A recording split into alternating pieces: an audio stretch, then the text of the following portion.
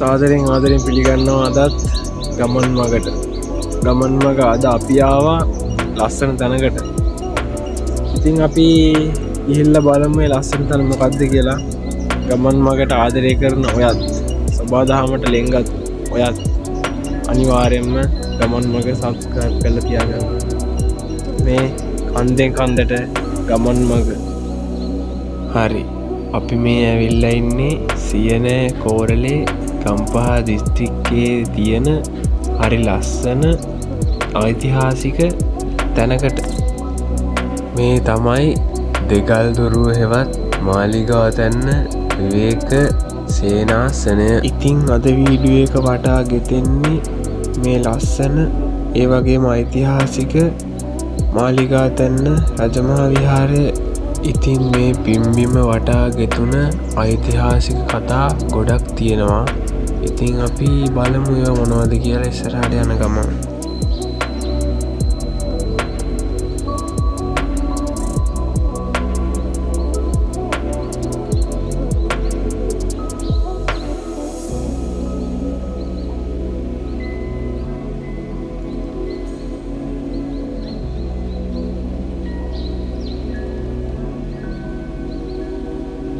මේ ඓතිහාසික බිම වලගම්බා රජ්ජුරුවන්ට මුගලන් රජ්ජුරුවන්ට වගේම සකල කලා වල්ලභ රජ්ජුරුවන්ටද ආරක්ෂාව සැපයූ ස්ථානයක් බවටද ඒ වගේම මිත්තාභස තෙරුන් වහන්සේ රහත් වුණු ස්ථානයක් ලෙසත් මේ දෙගල්දොරුව පුදබිම සැලකෙනවා.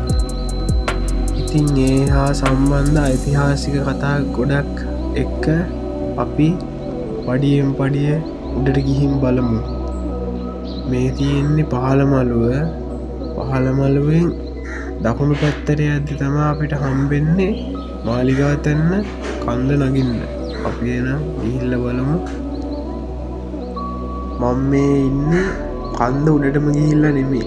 මම මේ ඉන්නේ පන්සල තියෙන මට්ටමේ. ඉතින් එතන ඉඳන් වුණත් මේ පල්ලෙහා පේන්නේ හරිම පොඩියට. ඉතින් අපි ගිහිල්ල බලමු. තව උඩට සෑහෙන්න තියෙනවා යන්න. මම මේ වීඩියෝ එකේ මුලදි කිව්වා වලගම්බා රජ්ජුරුවන්ටත් මුගලන් රජ්ජුරුවන්ටත් සකල කලා වල්ලභ රජ්ජුරුවන්ටත් ආරක්ෂාව සැපයූ ස්ථානයක් කියලා. ඒ වගේම මිත්තාභස තෙරුන් වහන්සේ රහත් වුණු ස්ථානයක් කියලත් කිව්වා.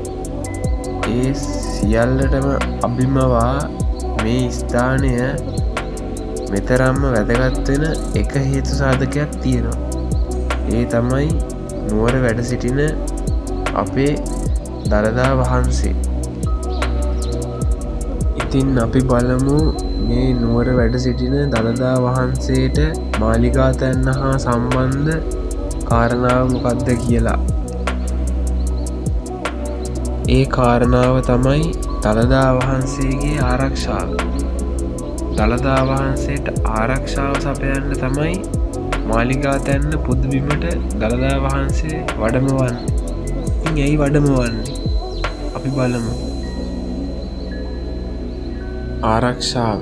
ඉතින් මේ කාල වකවානුවල තමයි දළදා වහන්සේගේ ආරක්ෂාව පිළිබඳව සිතා බලා දළදා වහන්සේව රට මැද්දට වඩමවන්න. එහෙම නැත්තා මේ මාලිගාතැන්න පුදබිමට වඩමවන්න. ඇයි? ඒ කාරණාව තමයි පොතුගීසීන් ලන්දේසීන් ලංකාව ආක්‍රමණය කිරීම, නැත්තම් ලංකාවට පැමිණීම. ඒත් එක්ක දළදා වහන්සේගේ ආරක්ෂාව පිළිබඳව සිතා බලා දළදා වහන්සේ රට මැද්දට වඩමවන්නේ. පළමුවරට මෙම ස්ථානයට දළදා වහන්සේ වඩමවන්නේ පොළොන්නරු යුගයේ වාචිස්සර සංඝරාජ නාහිමියන් වහන්සේ. ඒ වගේම දෙවනිවරට දළදා වහන්සේගේ ආරක්ෂාව පිළිබඳව කටයුතු කරන සහ භාරව කටයුතු කරන අපි කවුරුත් දන්න හීරිපිටිය රාළ. ඉතින් මේ හීරිපිටිය රාළට හරි අපූර්ව සිදුවීමක් සිද්ධ වෙනවා. ඒ තමයි දෙවියන් මේ හීරිපිටිය රාළගෙන් ඉල්ලීමක් කරනවා. ඒ ඉල්ලීම තමයි අපි කවුරුත් දන්න කෝට්ටේ කලාලේ දත ඇදගන්න රාලේ කියන විවාක්‍ය. ඉතින් මේ යුගයේ කෝට්ටේ කෝලහල සිදුවෙන හින්දා දළදා වහන්සේ රට මැත්තට ආරක්ෂාකාරීව වැඩමවනවා. ඉතින් ඒ වැඩමවන්නට හේතුව වුණේ පළවෙනි පාරටත් දළදා වහන්සේ මෙම ස්ථානය ආරක්ෂා වුණා නම් අනිවාර්යෙන්ම දෙවැනි වරටත් දළදා වහන්සේට මේ ස්ථානයේ ආරක්ෂාව උපරිමයෙන්ම තිබෙනවා කියන තැන ඉඳගෙන.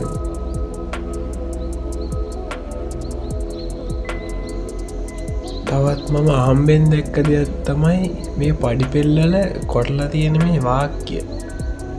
ඉතින් හරි ලස්සන්ට මේ ගලේ කොටලා තියෙන මේ වාක්‍ය සෑහෙන ලස්සන පරිසරයක් තියෙන වටපිටාවේ. ඉතින් අපි තව උඩට යන්න තියෙනවා. අපි ගිහිල්ල බලමු අලුත් අත්දැකීමක් වේ උඩට යන්න.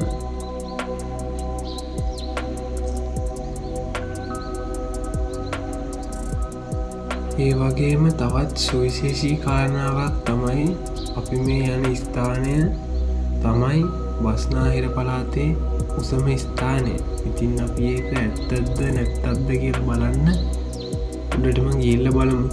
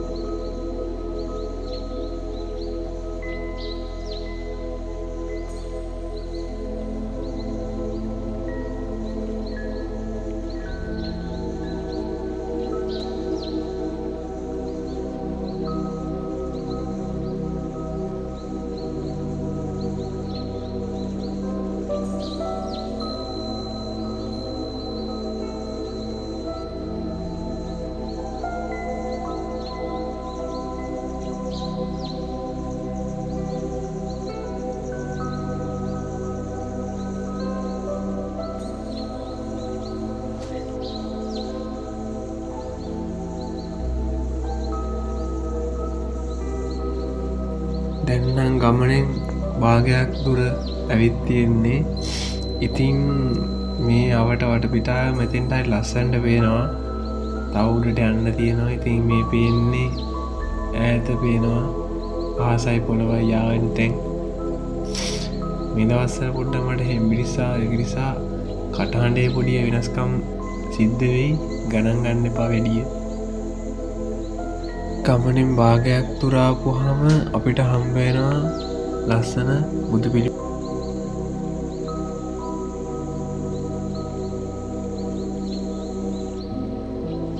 ඒ වගේම මම කලින් ගෙනාපු වීඩියෝ දෙකේ තියෙනවා වගේම ලස්සන පරිසරයක් තමයි මගේ තුන්වෙනි වීඩියෝ එකෙත් තියෙන්නේ. ඉතින් මගේ පළවෙනි වීඩියෝ එකයි දෙවෙනි වීඩියෝ එකයි බලලා නැත්තම් අනිවාර්යෙන්ම බලන්න. කමෙන්ට් එකක් දාන්න වීඩියෝ එක හොඳයිද කියලා. ඉතින් අපි තව ඉස්සරහට ගිහිල්ලා බලමු. සහ මේ මාලිගා තැන්න කියන නම ගොඩ නැගුණේ කොහොමද කියලා අපි දැනගමු.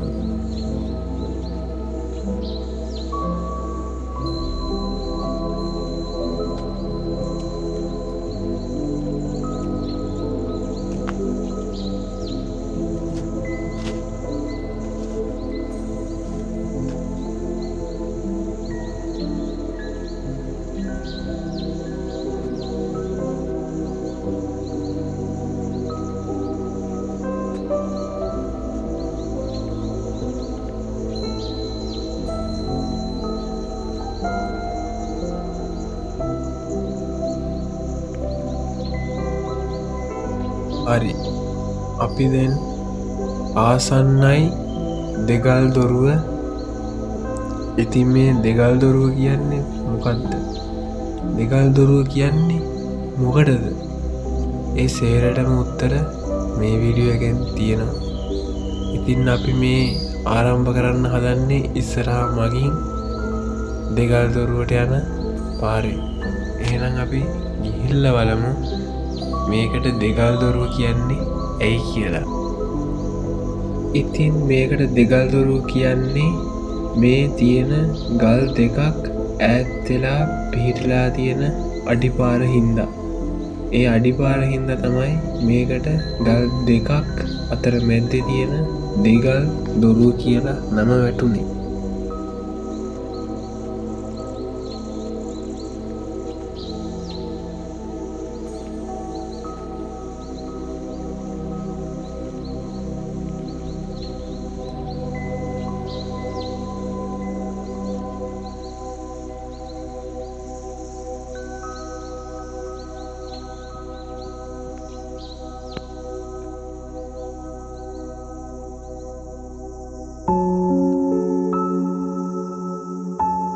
එහෙනම් අපි දෙගල් දොරුව කියන පුංචි අඩිපාරෙන් උඩට යන්න පිටත් වෙමු. එහෙනම් අපි යමු. ඉස්සර මේ දෙගල් දොරුව පාවිච්චි කරලා තියෙන්නේ උඩ තිබ්බ මාලිගාවට ආරක්ෂාව පිණිස. ඉතින් මොකක්ද උඩ තිබ්බ මාලිගාව? මම ඕගොල්ලන්ට කිව්වා දළදා වහන්සේගේ ආරක්ෂාවට දළදා වහන්සේ මාලිගා තැන්නට වැඩැම්මෙව්වා කියලා. ඉතින් එහෙම වඩම්මල දළදා වහන්සේ ස්ථානගත කරපු තැන තමයි මෙහෙම මාලිගාවක් ඉදිකරේ කුඩාවට දළදා වහන්සේගේ ආරක්ෂාව පිණිස.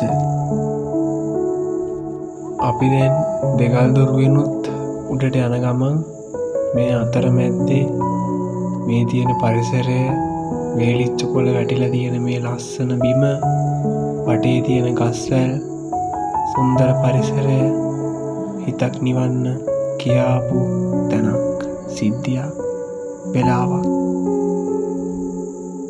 ඒ වගේම ලස්සන ජෛව විවිධත්වයෙන් යුත් පරිසර සාධක ඇතුළත් ලස්සන සත්තුන්ගෙන් පිරිච්ච ලස්සන නිජබිමක් මේක. මේ පේන්නේ ඔයගොල්ලන්ට එහෙම සතෙක්. හරි ලස්සනයි සතා.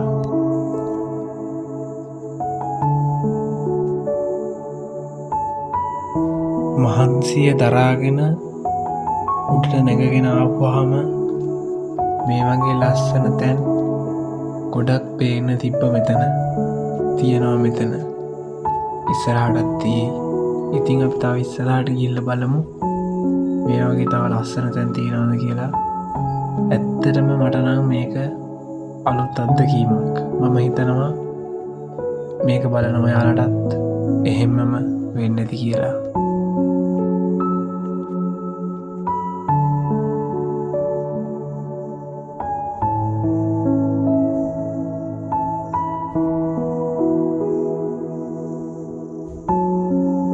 හොඳට පායලා තියෙන ඉරේලිය ගස්වලින්, අතුවලින්, කොළවලින් අතර මැද්දෙන් මූණට වැටෙද්දි ඒ තියෙන හැඟීම කියා නිම කරන්න බැරි තරම්.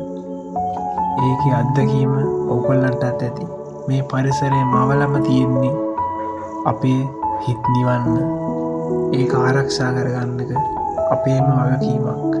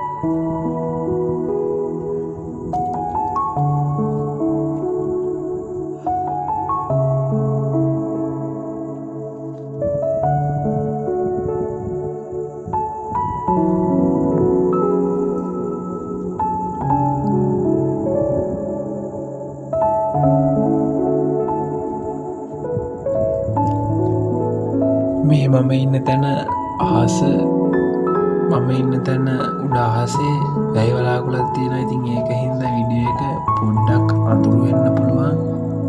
ඒක ගැන වැඩි හිතන්න යන්න එපා. අපි මේ වටපිටාවේ තියෙන සුන්දරත්වය බලලා සතුටු වෙමු. තෙරක් නොපෙනෙන ඈතක් පේන සිතිජයක් මායින් කරපු ලස්සන තැනක වස්නාහිර පළාතේ උසම ස්ථානයේ මම මේ දැන් ඉන්නේ. මේ උඩමළුවේ තියෙන චෛත්‍ය ඉතාම සුවිශේෂී. මොකද මෙතන ඉස්සර තිබිලා තියෙන්නේ ලොකු වලක්. ඉතින් මේ වලට පස් ගෙනල්ලා පුරවලා තියෙන්නේ පස් ගම්මන ගමෙන්. ඉතින් ඒ පස් ගම්මන ගමෙන් ගෙනල්ලා පුරවලා පස් පුරවලා තැනිතරා කරලා ඒ තැන්නේ පොඩියට මාලිගාවක් හදපු හින්දා තමයි මේකට මේ ස්ථානයට මේ ඓතිහාසික පුදබිමට මාලිගා තැන්න කියලා හරි ලස්සනට නම හැදිලා තියෙන්නේ. ඒ සියල්ලම කරලා තියෙන්නේ අප තථාගතයන් වහන්සේගේ උතුම් වූ දළදා වහන්සේගේ ආරක්ෂාවට. ඉතින් දළදා වහන්සේගේ ආරක්ෂාවට ඉදිකරපු මේ මාලිගාව හින්දම මේ මාලිගා තැන්න භූමිය මාලිගා තැන්න කියලා හඳුන්වන්නේ. ඉතින් මං කිව්වා වගේ මේ අහසයට මේ අහසේ වැයි වලාකුලක් තියෙනවා. ඉතින් ඒකට කැමරාවත් ඉස්සරහටනවා. ඉතින් මගේ වැරද්දක් වෙනවා නම් මේ වීඩියෝ එකෙන් සමා වෙන්න ඒකටත්. ඒ වගේම ඔයගොල්ලන්ට පේනවා ඇති සුදු පාටට හරි ලස්සනට දිලිසෙන චෛත්‍ය රාජානන් වහන්සේ. මෙතන උඩට ආපුවාම ඇත්තටම මගේ මහන්සිය දැනෙන්නේවත් නෑ. මම මේ දැන් ඉන්නේ වස්නාහිර පළාතේ උසම තැන. කොච්චර උසද කියලා පේනවනේ.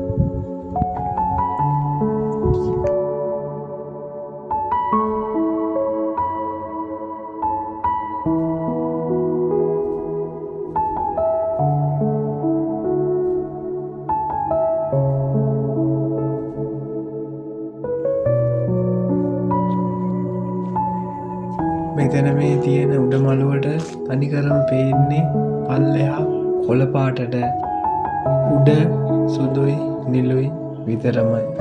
වෙන කිසිම දෙයක් මේ උඩමළුවට පේන්නේ නැතිම තරම්. ඉතින් ඔයා දැනගෙන හිටියද මේ වගේ තැනක් තියෙනවා කියලා? දැනගෙන හිටියේ නැත්තම් දැම්ම නිමාරු දවසක ඇවිල්ලා බලන්න. හරිම ලස්සනයි මේ තැන.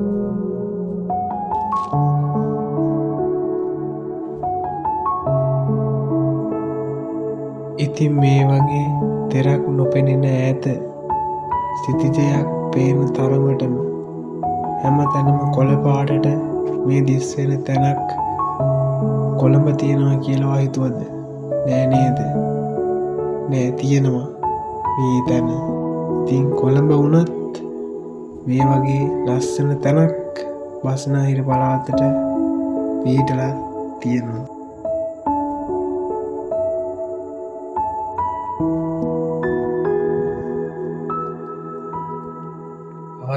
තවත් විශේෂ කාරණාවක් වෙන්නේ ශ්‍රී ලංකාවේ පිහිටලා තියෙන විශාලතම දෙගල්දොරුව හිමි වෙන්නෙත් මේ මාලිගා තැන්න පුදබිමටම පමණයි.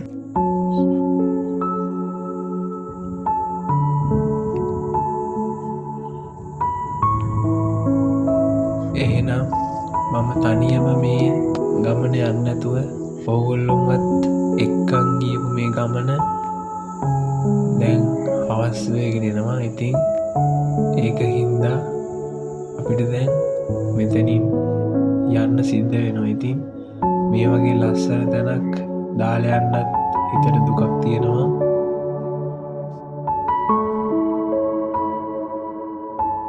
ඒත් එක්කම මට උඩමළුවේ ඉඳලා පොඩි යාළුවෙකුත් හම්බුණා.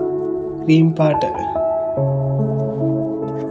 ලැසි පැටියෙක් හරිම දඟයියා මංහිතන්න ගෙදර ඇතිකරපු කෙනෙක් කාත්තෙක්කර ඇවිල්ලා අතරමංගෙන දැඟින්නේ කරපටියකුත් තියෙනවා එයා ඒකයි පෙන්නන්නේ එනම් ඉතින් අපි යාළුවටත් සමුදීලා පල්ලමට යමු